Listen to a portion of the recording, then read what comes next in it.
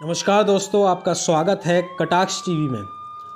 और आज हम बात करेंगे पंजाब के एक कुख्यात गैंगस्टर दिलप्रीत सिंह बाबा की।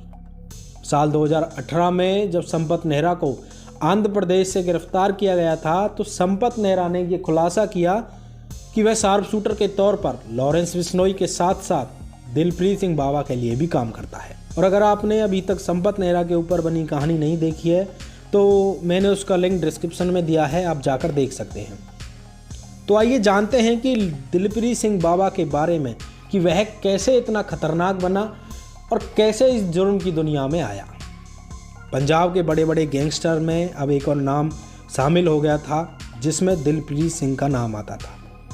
दिलप्रीत सिंह बाबा इस वक्त जेल में हैं, लेकिन एक वक्त था उसके निशाने पर पंजाब के मशहूर गायक और अभिनेता थे, जिनमें से गिप्पी गरेवाल, परमीश वर्मा जैसे सिंगर्स का नाम शुमार है। हालांकि दिलप्रीत का बैकग्राउंड आपराधिक नहीं था, लेकिन गांव के झगड़े के चलते हुए, जैसे कि अमूमन गांव में झगड़े होते ही रहते हैं, उन झगड़ों के चलते हुए वह कुख्यात गैंगस्टर में बदल गया। दिलप्रीत सिंह बाबा पंजाब के रोपण में पढ़ने वाला गाँव ढहन का रहने वाला है। शुरुआती समय में वह रोपण के कॉलेज में पढ़ता था और ऐसी बात नहीं है, पढ़ाई में भी ठीक ठाक स्टूडेंट रहा है। अब पढ़ाई के दौरान गांव को लौटे दिलप्रीत का झगड़ा गांव के कुछ लड़कों के साथ हो जाता है।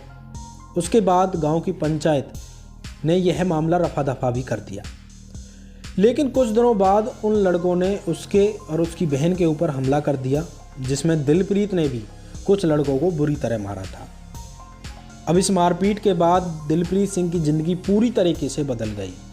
आए दिन उसका नाम इलाके की मारपीट, आपराधिक वारदातों में आने लगा और ठीक ठाक दर्जे का रहा यह स्टूडेंट दिलप्रीत के अंदर धीरे धीरे आपराधिक रूप पनप रहा था। साल 2014 के बाद दिलप्रीत सिंह रंगदारी और फिरौती के कामों को अंजाम देने लगा।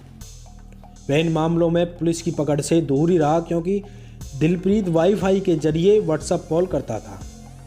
साल 2016 में 18 मई को एक मामले में दिलप्रीत पुलिस के हत्थे चढ़ा ही था कि तभी उसके कुछ साथियों ने पुलिस टीम पर हमला किया और हमला करने के बाद उसे छुड़ा के ले गए और पुलिस हिरासत से फरार हुए दिलप्रीत ने इसके बाद धीरे धीरे लूट, हत्या, अपहरण, मतलब कि जैसे गैंगस्टर करते रहते हैं, और फिरौती के कई मामलों को अंजाम दिया।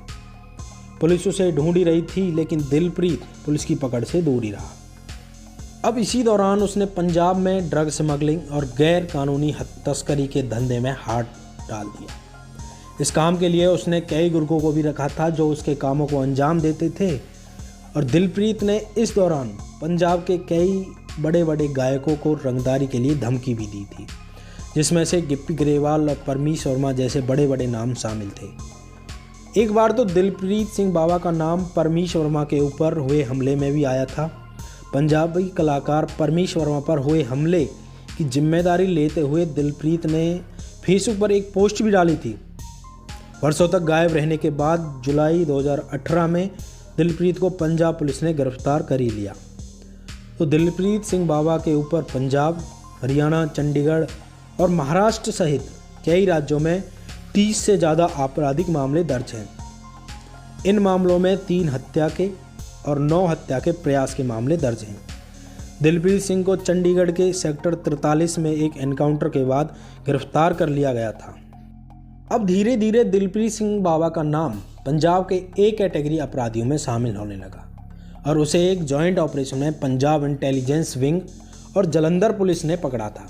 एनकाउंटर के दौरान दिलप्रीत को गोली भी लगी और उसने पंजाबी भाषा में पुलिस वालों से कहा था कि मैनू मारियो ना, यानी मुझको मारना मत।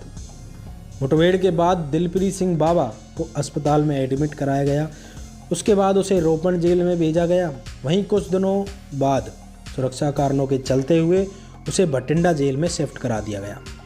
तो दोस्तों, यह थी दिलप्रीत सिंह बाबा की कहानी। अपना और अपने परिवार का ध्यान रखें। ऐसी कहानियों को सिर्फ कहानी के तौर पर लें, क्योंकि आपको भी पता है ऐसी ज़िंदगी का अंजाम बेहद ही खतरनाक होता है। तो मिलते हैं आपसे जल्द ही अगली कहानी में। जय हिंद, जय भारत।